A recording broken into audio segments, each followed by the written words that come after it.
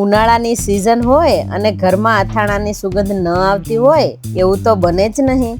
આજે આપણે બનાવીશું આખું વર્ષ સ્ટોર કરી શકાય એવું કાઠિયાવાડી સ્વાદથી ભરપૂર કેરડા કેરીનું ખાટું અથાણું. હેલો એવરીવન, હું છું મુદ્રિકા સોલંકી. સ્વાગત છે તમારું મારી યુટ્યુબ ચેનલ મુદ્રિકાસ કુકમાં. તો તેના માટે મેં અહીંયા 500 ગ્રામ કેરડા લીધા છે. કેરડાને પહેલા સાફ કરી લેવાના છે અને પછી ધોઈ અને ખાટા પાણીમાં બોળી દેવાના છે. કેરડા એ માત્ર અથાણા માટે જ નહીં પરંતુ સ્વાસ્થ્યની દ્રષ્ટિએ ખૂબ જ ગુણકારી છે. હવે કેરડાની કડવાશ દૂર કરવા માટે એક મોટું બાઉલ ભરીને મેં ખાટું પાણી લીધું છે. એ કેરડાની અંદર ઉમેરી દઈશું અને કેરડા ડૂબી જાય એ પ્રમાણે પાણી ઉમેરી અને 5 થી 6 દિવસ આપણે ખાટા પાણીમાં બોળી રાખવાના છે. હવે અહીંયા ખાટું પાણી ન હોય તો મીઠું, હળદર અને થોડા કેરીના ટુકડા ઉમેરી અને પાણી ઉમેરીને તમે બોળી શકો. તો અહીંયા 5 થી 6 દિવસ આપણે પીળા થાય ત્યાં સુધી રાખવાના છે. હવે મેં અહીંયા 1 કિલો રાજાપુરી કેરીના આ રીતે ટુકડા કરીને લીધા છે. એને પણ મીઠું અને હળદર નાખી અને 5 થી 6 કલાક માટે રાખી દેવાનું છે. તો મેં કેરડાની સાથે કેરી ઉમેરવા માટે આ રીતના નાની સાઈઝના ટુકડા કર્યા છે. તો હવે એની અંદર મીઠું અને હળદર ઉમેરી દઈશું. તો 2 ચમચી મીઠું અને 1 ચમચી હળદર ઉમેરી અને કેરીને મિક્સ કરી લઈશું મીઠા હળદર સાથે અને 5 થી 6 કલાક માટે ઢાંકીને રહેવા દઈશું એટલે મીઠાનું પાણી થશે. તો હવે 6 કલાક માટે હળદર અને મીઠામાં કેરીને રહેવા દઈશું એટલે એમાંથી પાણી છૂટું પડશે. હવે મેં અહીંયા 2 નંગ મોટી રાજાપુરી કેરી લીધી છે. કેરીને છાલ ઉતારી અને ખમણી લેવાની છે. તો કેરડાની અંદર આ રીતે ખમણેલી કેરી જો ઉમેરવામાં આવે તો એનો ટેસ્ટ વધારે સારો આવશે અને ખાવાની ખૂબ જ મજા આવશે. તો અહીંયા કેરીને ખમણી લીધી છે. હવે અડધી ચમચી મીઠું અને અડધી ચમચી હળદર ઉમેરી અને છીણ સાથે મિક્સ કરી લઈશું. બધું બરાબર મિક્સ થઈ જાય એટલે આપણે અડધી કલાક માટે છીણને રેસ્ટ આપીશું. અડધી કલાક પછી એમાંથી ખાટું પાણી કાઢી અને સૂકવી દઈશું. 5 થી 6 કલાક જેવું થઈ ગયું છે અને કેરીની અંદર આપણે મીઠું અને હળદર નાખેલા હતા તો એમાંથી ખાટું પાણી છૂટું પડી ગયું છે. હવે આપણે કેરીને કાઢી અને સૂકવી દઈશું. તો અહીંયા પંખા નીચે આપણે 5 થી 6 કલાક માટે સૂકવી દેવાની છે. બોળાના વઘાર માટે મેં અહીંયા 250 ગ્રામ મેથીના કુરિયા લીધા છે, 200 ગ્રામ રાઈના કુરિયા, 70 ગ્રામ ધાણાના કુરિયા. અહીંયા તમે આ કુરિયાનું માપ વધારે ઓછું કરી શકો. 5 ચમચી વરિયાળી લીધી છે એ ઉમેરીશું. 3 ચમચી મેં અહીંયા આખા મરી લીધા છે.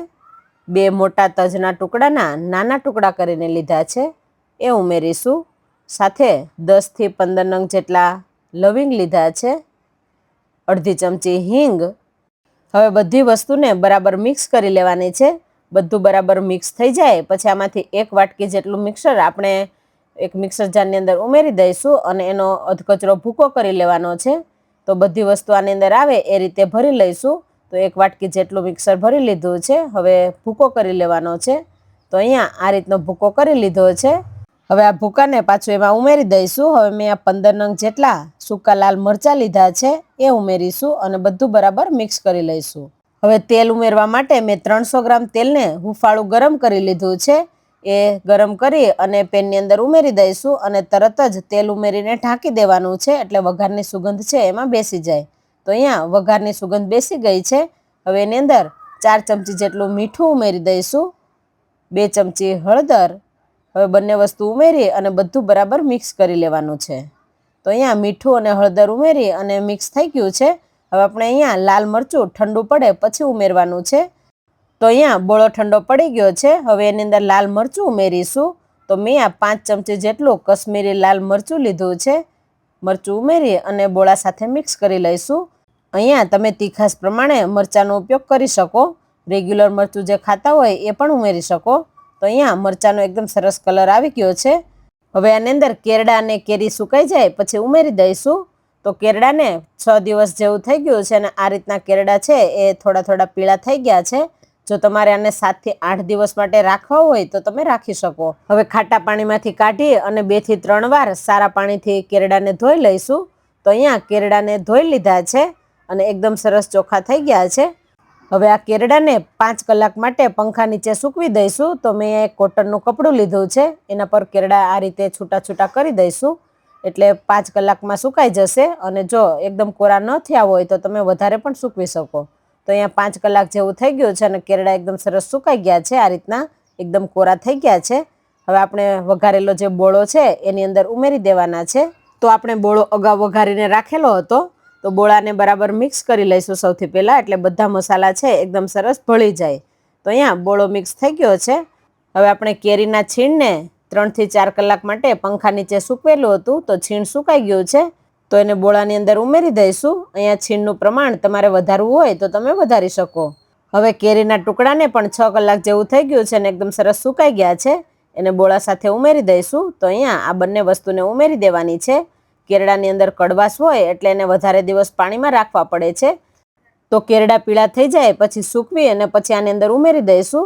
અત્યારે આપણે કેરીના ટુકડા અને છીણ ઉમેરી દીધું છે અને મિક્સ પણ થઈ ગયું છે. તો હવે ઢાંકીને આપણે રહેવા દેવાનું છે. તો અહીંયા 2 દિવસ જેવું થઈ ગયું છે અને અથાણું મિક્સ કરી લીધું છે.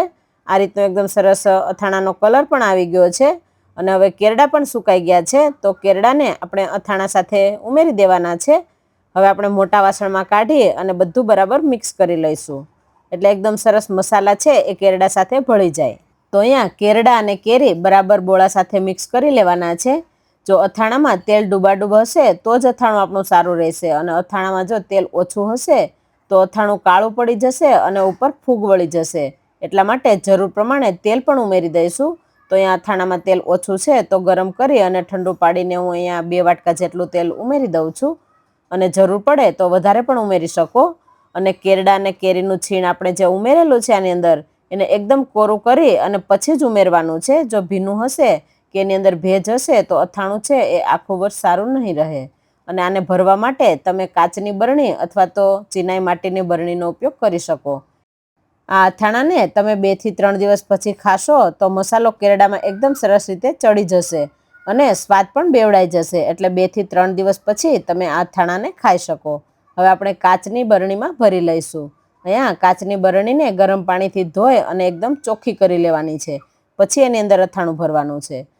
તો તૈયાર છે કાઠિયાવાડી સ્ટાઇલ કેરડા કેરીનું ખાટું અથાણું, જે સ્વાસ્થ્ય માટે પણ સારું છે અને સ્વાદમાં પણ લાજવાબ છે. તમને અમારી આ રેસીપી પસંદ આવી હોય તો વિડીયોને લાઈક કરજો, શેર કરજો અને અમારી ચેનલને સબસ્ક્રાઇબ કરવાનું ના ભૂલતા. Thank you.